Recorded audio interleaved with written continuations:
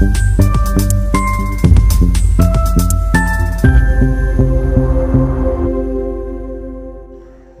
দর্পণ, বিনোদন সবার জন্য। একাডেমি অফ ফাইন আর্টসে জমে উঠেছে বুধের আড্ডা। বুধের আড্ডা অর্থাৎ এ গ্রুপ অফ কন্টেম্পোরারি আর্টিস্টের প্রদর্শনীতে হরেক রকমের ছবি সাজিয়ে চলেছে বুধের আড্ডা। প্রদর্শনীটি চলবে 30শে জুলাই থেকে 5ই আগস্ট 2024 একাডেমি অফ ফাইন আর্টসের নিউ সাউথ গ্যালারিতে। প্রদর্শনীটি দেখতে চোখ রাখুন বং দর্পণের পর্দায়। দেখতে থাকুন বং দর্পণ, বিনোদন সবার জন্য। রিপোর্ট বং দর্পণ, কলকাতা। শুভ সন্ধ্যা। আড্ডার বহুদিন ধরে এক্সিবিশন চলে আসছে 2007 সাল থেকে। বুধের আড্ডা প্রথমে প্রাথমিক অবস্থায় ছিল একটা ছবির আলোচনার বাস্তব জায়গায় নিয়ে আসার জন্য প্রদর্শনী করার একটা ব্যবস্থা করা। প্রতি বুধবারে এই আড্ডা চলতো, এখনও চলে।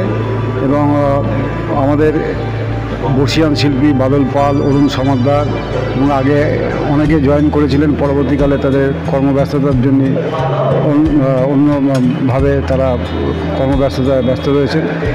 এরপরের প্রজন্ম রাজাপ্পা রায়, সুপ্রভাত ভাদুরী, রণবীর দাস, নাগেশ্বর সাউ, আমি সুজিত কুমার ঘোষ, সৌরভ নন্দী এবং সমর বসাক, এই 10 জন, আর চিত্রলেখা কাঞ্জিলাল, এই 10 জন মিলে আজকের এই ছবি প্রদর্শিত হচ্ছে। ছবির বিষয় নিয়ে আলোচনা শুধু নয়, সামাজিক পরিকাঠামো, সবার সাংসারিক জীবন, সব কিছু আলোচনা নিয়েই বুধের আড্ডা চলতো। এবং বেশিরভাগই ব্যস্ততা ছিল। বুধের আড্ডার মূল যেহেতু আমরা ছবি আঁকার জগতের মানব চরিত্র, সেই হিসেবে আমাদের ছবি নিয়ে আলোচনা বেশিটাই থাকতো। এরপরে আমরা একটা আঙ্গিক দিক চিত্র প্রদর্শনী করি এবং সারা ভারতবর্ষের বিভিন্ন রাজ্যে, বিভিন্ন গ্যালারিতে এবং সারা কলকাতা জুড়েই চিত্র প্রদর্শনী বছরে 2বার 1বার করে হয়েই চলেছে। এই প্রদর্শনীর মান উন্নতি রাখার জন্যই নিজেদের মধ্যে আলোচনা করা। প্রায়শই বুধবারের মিটিংয়ে আমরা নিয়ে আলোচনা করি ছবি সংক্রান্ত ব্যাপার নিয়ে। ছবি সময়কালের কাজ, হাল হকিকতে যে সমাজের যে পট পরিবর্তন, যুদ্ধ, দাঙ্গা, পলিউশন, সব কিছু মিলেই একটা বার্তা দেওয়ার যে প্রয়াস, সেটা বুধের আড্ডার এই এক্সিবিশন আসলেই দেখা মিলবে। ছবির বিষয়ে ভাবনা যে যার নিজের মতন কৌশল করে নিজের, কেউ পেনিং চারকোল দিয়ে কাজ করেছে, কেউ মিক্স মিডিয়া, কেউ অয়েল দিয়ে কাজ করেছেন, কেউ চারকোল বা ওয়াটার কালার, অ্যাক্রিলিক এবং স্বচ্ছ জল রং দিয়ে তারা কাজ করেছেন যে যার মতন করে। এবং এই এক্সিবিশন একটা সত্যিকারের প্রদর্শনী কক্ষে আসলে প্রতিটি দর্শক অনুভব করতে পারবে যে ছবির জায়গা পৌঁছাতে গেলে একটা শিল্পীকে কত নিরলস প্রচেষ্টার মধ্যে দিয়ে ছবি কাজ করে যেতে হয়, সেই ছবিগুলো অনুধাবন করতে পারবে দর্শকরা। এবং তারা করছেও তাই। ছবির সামনে তারা কৌতূহল নিয়ে ছবি দেখছে। এটাই ছবির যে প্রদর্শনী, একটা ভালো দিক, এই বিষয়ে কোনো সন্দেহ নেই। আগামী দিনেও আমরা এরকম প্রদর্শনী করব। আশা রাখি আগামী দিনেও আরও উন্নত মানের চর্চা, মানে শিল্প চর্চার যে জায়গা পৌঁছানো যায়, সেটাই আমরা কল্পনার জগৎকে আরও প্রভাবিত করব, এই বিষয়ে কোনো সন্দেহ নেই। ধন্যবাদ। হ্যাঁ, একদমই তাই। বুধের আড্ডার নামকরণ হয়েছে একদমই তাই। বুধের আড্ডা প্রতি বছরেই, প্রতি সপ্তাহেই হয় এবং আমরা বিভিন্ন জায়গায় ঘুরতে যাই, সেখানে ছবি নিয়ে। না, সেটা না, এমনি আলোচনাটা মূলত একাডেমিতে হয়। অনেকে বিভিন্ন কর্মস্থল থেকে আসার সুবিধা, যেহেতু প্রাণকেন্দ্র কলকাতা একাডেমি, সেই হিসেবে বিভিন্ন জায়গা থেকে যারা চাকরি বাকরি করে তারাও আসে এবং যারা শহরের মধ্যে থাকে তারাও আসে। সেই হিসেবেই একাডেমিতেই আমরা এটা জায়গাটায় বেছেছি। এবং একাডেমি হলো তীর্থকেন্দ্র ছবি আঁকা শিল্পীদের। প্রদর্শনীও দেখা যায় এবং তার সাথে চা খাওয়া, গল্পগুজব, ছবি সম্বন্ধে আলোচনা এবং নাট্য ব্যক্তিত্ব, তারাও এই আমাদের সাথে মিলিত হয়ে আলোচনা করেছেন এবং সর্বস্তরের মানুষ আমাদের বুধের আড্ডার সাথে সহযোগিতা করেছেন। ছবি চর্চার সাথে তারাও যেমন জানতে চেয়েছে, আমরা তখন নাটক বা কবি সাহিত্যিকদের ভাষা বিনিময় আমরা করেছি, এ বিষয়ে কোনো সন্দেহ নেই। এবং বুধবারেই হয়। এছাড়াও আমরা মিলিতভাবে শনিবার বা রোববার বা কোনো ছুটির দিনকে আমরা বিভিন্ন জায়গায় ঘুরতে যাই। সেখানেও আমরা ছবি আঁকা নিয়ে আলোচনা বা কেউ কেউ ছবি এঁকেছি এবং অনেক জায়গা ঘোরা আছে। সারা গ্রামগঞ্জ না ঘুরলে, মানুষের জীবন চরিত্র যদি না বুঝি, আমাদের সমাজকে আমরা দেখতে পারবো না। সেই জন্যই আমরা এটা প্রায়শই করি। এছাড়াও বছরে একবার ভিন্ন রাজ্যে আমরা ঘুরি, সেখানকার স্থাপত্য, বিভিন্ন মিউজিয়াম, বিভিন্ন গ্যালারি আমরা দেখি। ছবির ভাষার জায়গাকে আরও উদ্বুদ্ধ করার জন্যই আমাদের এই প্রয়াসটা চলে প্রতি বছরে। বুধের আড্ডা যেহেতু বুধবারেই আমরা মিলিত হতাম, অনেকের বৃহস্পতিবারের অসুবিধা ছিল, কারণ শনিবার রোববার অন্যভাবে ছবি আঁকা নিয়ে ব্যস্ত থাকা, কেউ সরকারি চাকরি করে, কিন্তু বুধবারেও ছুটি না থাকলেও বুধবারটাকে সেইভাবে অনুভব করে আসা হয়েছে এই কারণে যে প্রতি বুধবার হলেই যেন সবার মন চঞ্চল হয়ে ওঠে যে বিকেলের পরে আমাদের ওই জায়গায় যেতে হবে। সেই থেকেই আমাদের বুধের আড্ডা নামাঙ্কিত হয়েছে।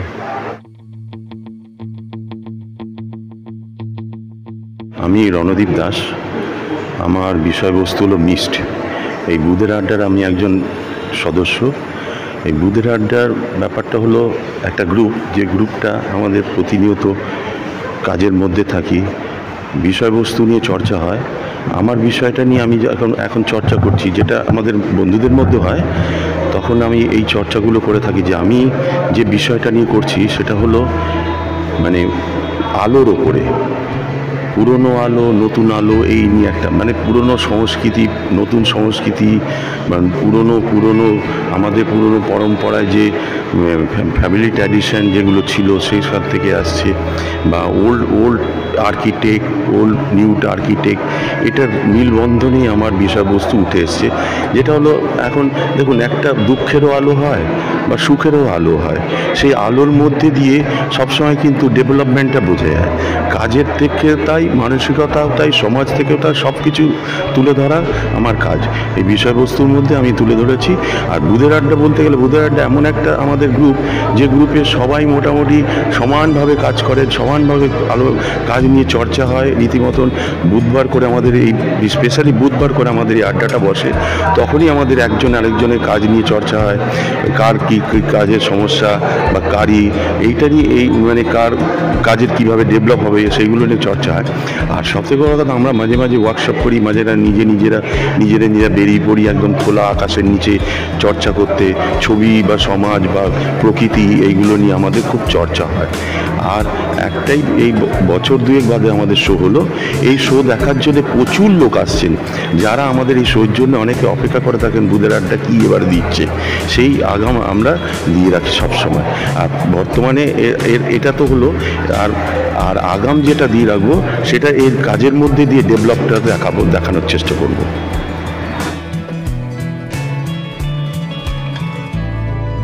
নমস্কার, আমার নাম সমর বসাক। আমি এই বুধের আড্ডায় বিগত বহু দিন ধরে আমি এমনি আসছি। আমি বেসিক্যালি অনেক জুনিয়র, বহু দিন ধরে আমি বুধের আড্ডার গ্রুপের সঙ্গে যুক্ত। কিন্তু আমি এই নিয়ে 3 বছর ধরে আমি এই গ্রুপের সঙ্গে এক্সিবিশন করছি, কিন্তু তার আগে আমি এই গ্রুপের সঙ্গে যুক্ত ছিলাম। আর আমি বেসিক্যালি এই ল্যান্ডস্কেপ নিয়ে কাজ করি, বিভিন্ন ধরনের ল্যান্ডস্কেপ, বিভিন্ন কালারফুল ল্যান্ডস্কেপ নিয়ে আমি সাধারণত কাজ করি। জঙ্গল আমার এইটা ছোটোবেলা থেকে আমার পছন্দের জিনিস, এটা গাছপালা জঙ্গল নিয়ে ল্যান্ডস্কেপ নিয়ে কাজ করা। এর জন্য আমি এই জায়গাটাকে আমি আরও যত দিন যাচ্ছে আমি ডেভেলপ করার চেষ্টা করছি, কালারের মাধ্যমে, ড্রয়িংয়ের মাধ্যমে, লাইন্সের মাধ্যমে। আপাতত এইটুকুনি। বিষয়বস্তু হচ্ছে, আমি যেহেতু ছোটোবেলা থেকে গাছগাছালি নিয়ে একটু ভালোবাসি, এর জন্য আমার ওই দিকটা বেশি টানে। এর জন্য আমি এই জঙ্গল আর প্রকৃতি, আমি বিভিন্ন জায়গায় বেড়াতে যাই, সেগুলোকে প্রাধান্য করেই আমার এই কাজগুলো করা। মাধ্যম আমি ক্যানভাসে আমি অ্যাক্রিলিক মাধ্যম ইউজ করেছি। যখন পেপারে কাজ করি তখন আমি টেম্পারা ইউজ করি, পেনিংকে কাজ করি।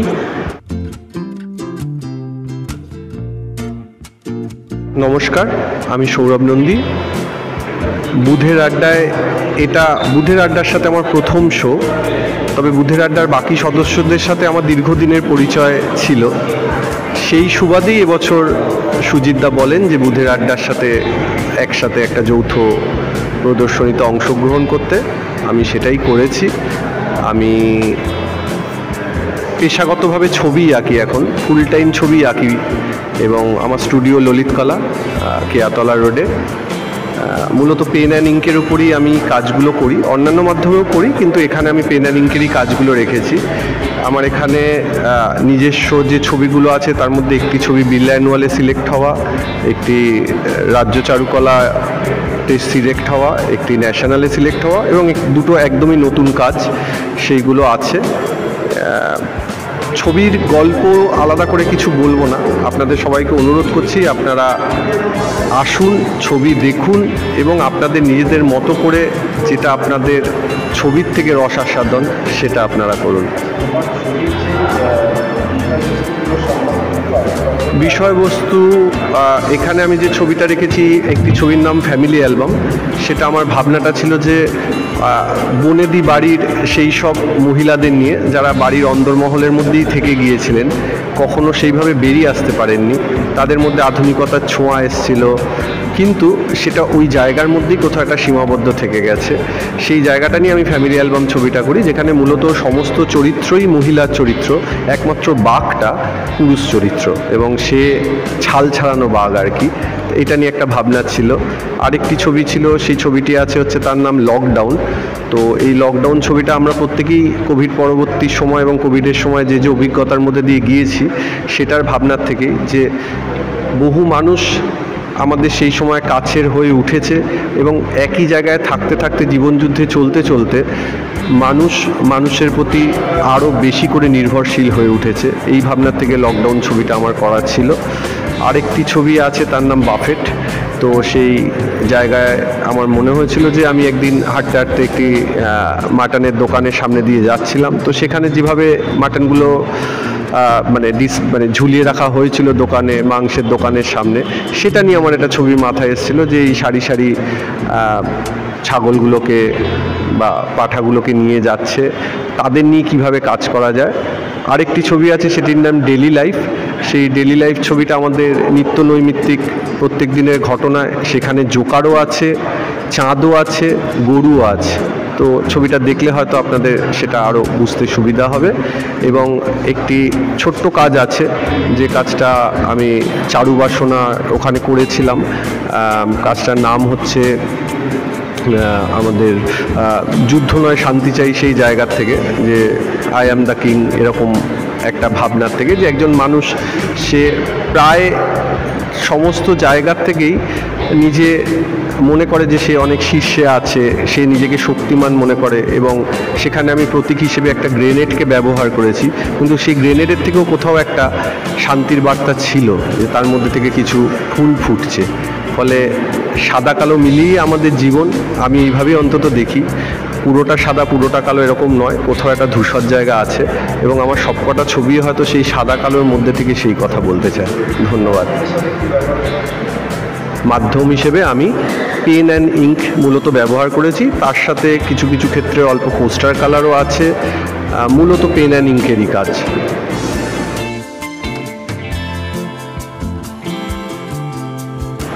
আমার নাম নাগেশ্বর শর্মা। আমি বিগত 40 বছর ধরে ছবি আঁকি। 2007 সাল থেকে বুধের আড্ডা বলে একটা আমাদের আড্ডা চলতো প্রতি বুধবার করে। তো সেই আড্ডাতে আমরা ছবি নিয়ে আলাপ আলোচনা, ছবির ডেভেলপমেন্ট নিয়ে কথা, ছবির রং কী ব্যবহার হওয়া উচিত, কী কাজ করা উচিত, তার ফর্ম নিয়ে, কন্টেন্ট নিয়ে, এইসব নিয়ে আমাদের কথাবার্তা চলতো। তো সেইটা চলতে চলতে এক সময় আমরা নিজেদের মধ্যে আলোচনা করি যে আমরা খালি আলোচনাই করব নাকি রেগুলার এক্সিবিশনটাও করা দরকার। মানুষের কাছে ছবিগুলো তো প্রস্তুত করতে হবে। তার মধ্যে এই কঠিন পরিস্থিতিতে আমাদের মাঝে মধ্যে এক্সিবিশনগুলো করতে হয়, কারণ একটা এক্সিবিশন করতে গেলে অনেক খরচ হয়। তবুও আমরা কষ্ট করে যে করে হোক ছবির এক্সিবিশনটা করেই যাচ্ছি। এবং আমার যে কাজের পদ্ধতি, বুধের আড্ডার সাথে আড্ডা মেরে যে আইডিয়াগুলো আমার ডেভেলপ করেছে বা আলাপ আলোচনার মধ্যে, প্রতি মুহূর্ত আমি একটা এক্সপেরিমেন্ট নিয়ে ভাবি। কখনো হয়তো আমি ফিগারেটিভ কাজ করেছি, কখনো ল্যান্ডস্কেপ ধর্মীয় কাজ করেছি, কখনো অ্যাবস্ট্রাক্ট ফর্মের কাজ করেছি। ইদানিং আমি কিছু মাইক্রোনিক, যেমনি পাখির চোখের রেটিনা বা কোনো ভাইরাস বা কোনো জন্তুর চোখ, তার যে রেটিনাগুলো, তার সূক্ষ্ম ব্যাপারগুলো, ওটাকে বড় রূপে ধরার চেষ্টা করছি। তার মধ্যে এই প্রথম আমার এই ধরনের এক্সপেরিমেন্টাল কাজ এইখানে হলো আর কি।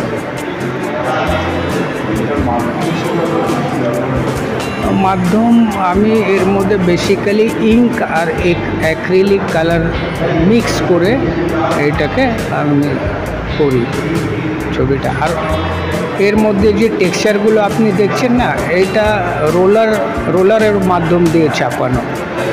মানে এখানে দেখবেন 2-3টে কালার আছে, তো 2-3টে কালারটাকে একটা কালার প্রথমে চাপালাম, তারপরে আর একটা রোলার দিয়ে কালার চাপালাম। তো বেসিক্যালি কী হয়, আমরা দোকান থেকে রোলার কিনে সে রোলারটা ব্যবহার করি, কিন্তু আমি একটা এমন সিস্টেম গ্রোথ করেছি আমার স্টুডিওতে যে আমার রোলারটা আমার মতো করে বানিয়ে নেব, সেই রোলারটাই আমি ব্যবহার করি ছবিতে।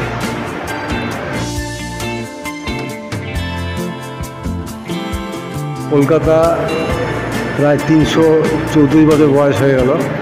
কলকাতার রূপ পাল্টে যাচ্ছে আস্তে আস্তে।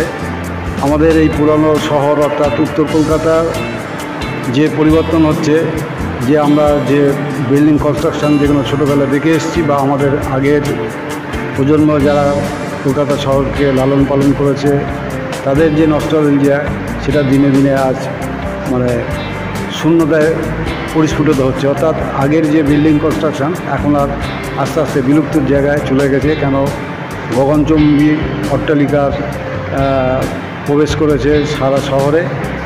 এই রূপ কল্পনা অর্থাৎ এই উত্তর কলকাতার যে পুরনো শহরের যে কল্পনার জগৎ ছিল, রোমান্টিকতা ছিল যে এই বিল্ডিং কনস্ট্রাকশনের, সেটা আগামী দিনে আমরা দেখতে পাবো না। সেই রোমাঞ্চিত হয়ে আজকে আমার ছবিতে এই পুরনো শহর ফুটে উঠেছে এবং অয়েলে ছবিতে রং ব্যবহার করা হচ্ছে।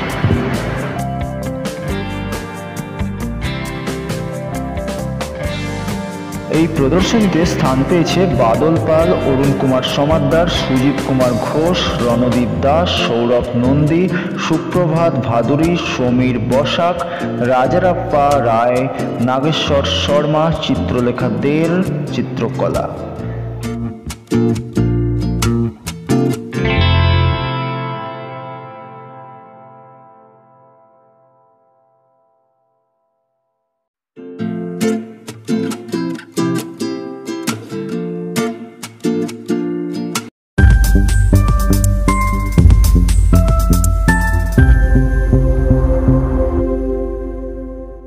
বং দর্পণ, বিনোদন সবার জন্য।